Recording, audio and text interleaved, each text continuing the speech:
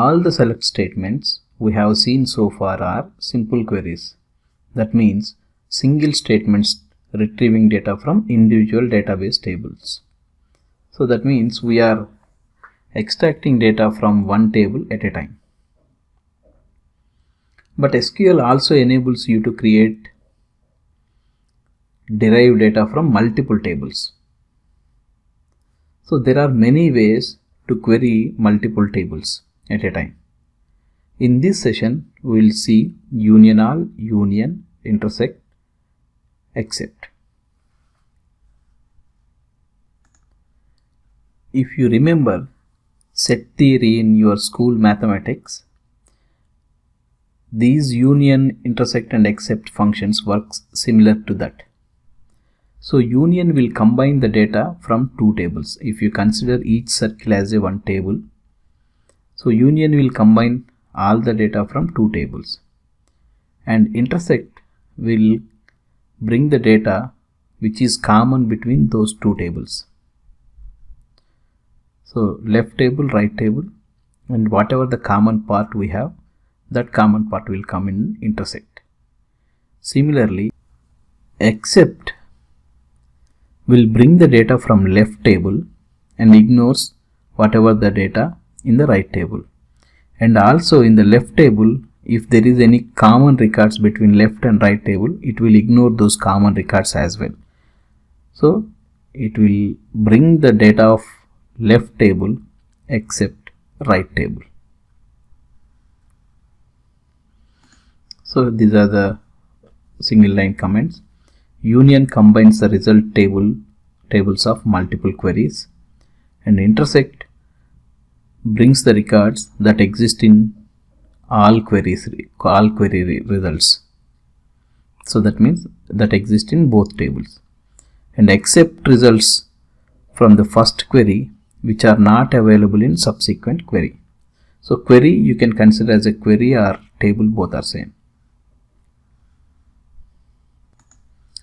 Let's see in SQL code how it works. So we are going to work with our new tables from here onwards. Let's see the data of select star from student and select star from instructor. So if I run these two tables, so we have ID name here in the instructor, and we have ID name and course. Okay, so let's write a union statement. Select ID comma name from student union all select ID comma name from instructor.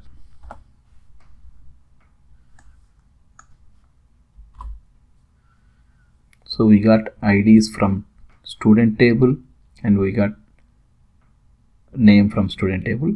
Similarly, from the instructor also we got ID and names. So for our reference, I prepared one image.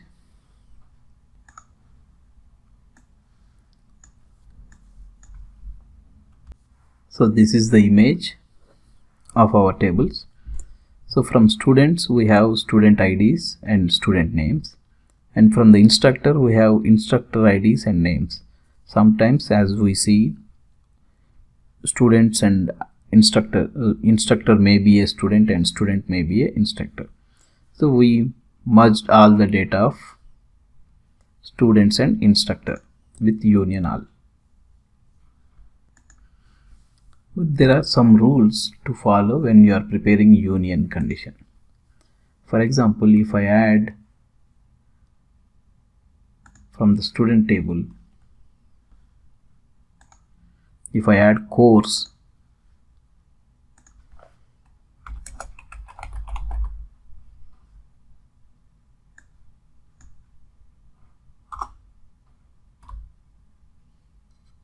so it will give error, column name mismatched, because when you are joining two tables with union, when you are unioning two tables, then the column count should be same.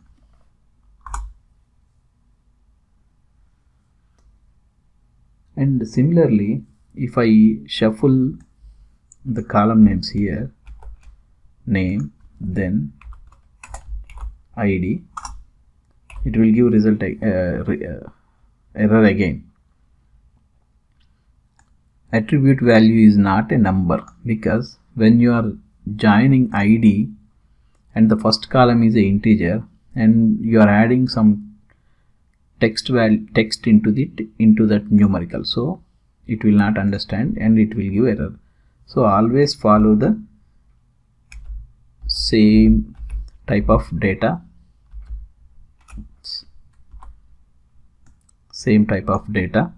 when you are unioning two tables.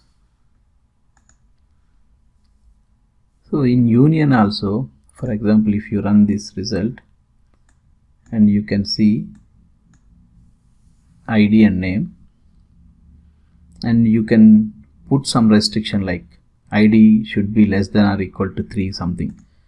So the where condition, group by, everything will work. Where ID less than or equal to 3.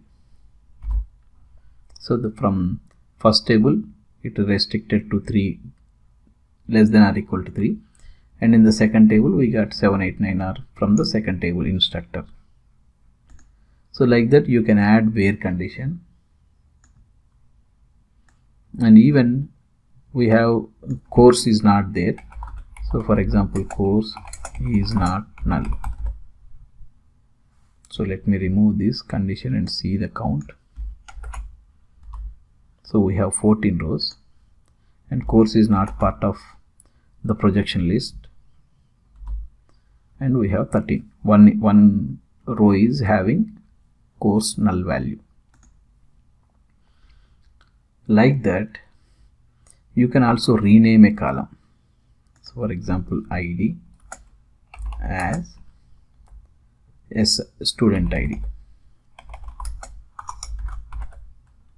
So if I rename, then it will work. But similarly, if I add one more rename here, like ID as instructor ID and name as instructor, if I put like this, it will take the column names of first query. So always the aliasing will work for first query, and second query just insert the data. So second query alias name instructor ID and instructor, these are not coming into the result.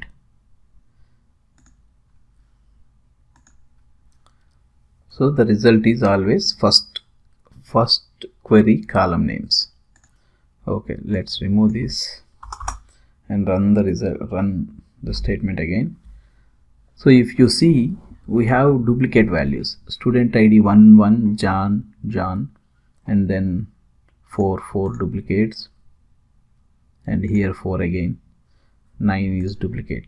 So we have so many duplicates in our result. So to remove that duplicates, the simple part is just replace union all with union. Then there are no duplicates. 1 2 3 4 5 6 7 6 9 7 8. Okay. So union is not just restricted to 2 tables. We can add more than 2 tables. So now we added student and instructor. Let's add course also. So in course, the similar data is instructor and then name. So another union, select instructor comma name from course.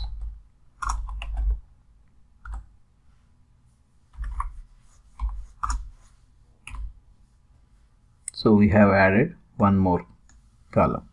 But here in the course table, the name is course name, but this is a text. That's why it didn't return any error value. So as far as the data type matches, it should be okay to union multiple tables. But it doesn't make any sense, like name is a student or instructor name and here it is a course name. Okay, that's how it works. So even the union supposed to remove duplicates, but the duplicate is a combination of two columns. So here 4 Alex, but here 4 CSS. So duplicate will work on combination of both columns. Okay, so let's remove this part, and if you run this, so here even we can use that. Okay, if we run this, so you see the first column student ID is not in ascending order. So if you remember the order by session, order by is always the last statement. Order by student ID. So you need to use order by whenever at the end of the statement. So here order by will be the last statement, last keyword in our select statement. Okay, so that's about the union.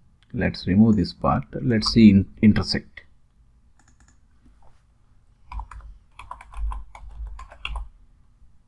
If I run this intersect, so what I got is 249. So what exactly this 249 is? So in student table and instructor table, if you consider these two, the intersect will give the common records in both tables. So 1 is not in instructor table and 2 is in instructor table. 2 is there in instructor table. 3 not there, 4 yes, and then 5 no, 6 no, 9 yes. So 2, 4, 9 are the common records between student and instructor table. That's why we got 2, 4, 9. So that's how intersect works. So it will bring the common result. Like that, you can try except.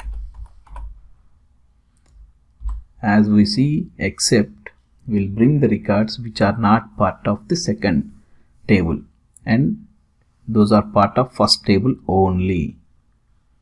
So let's see the table again. So we see 249 are from instructor table. So 249 are ignored, and 1356, 1356, those are the result values of except condition. So union will combine both tables. Intersect will bring only the common records between these two tables, and except will bring the data from left table and ignores data which is common between the left and right tables. If you observe, what we learned so far is you can combine result tables of multiple queries using union, union all, intersect and except.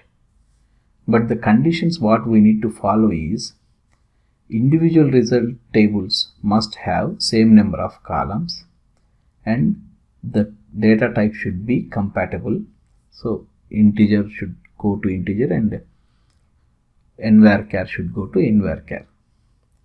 And whatever the column names in first query, those are going to be appear in the result, not the second query column names.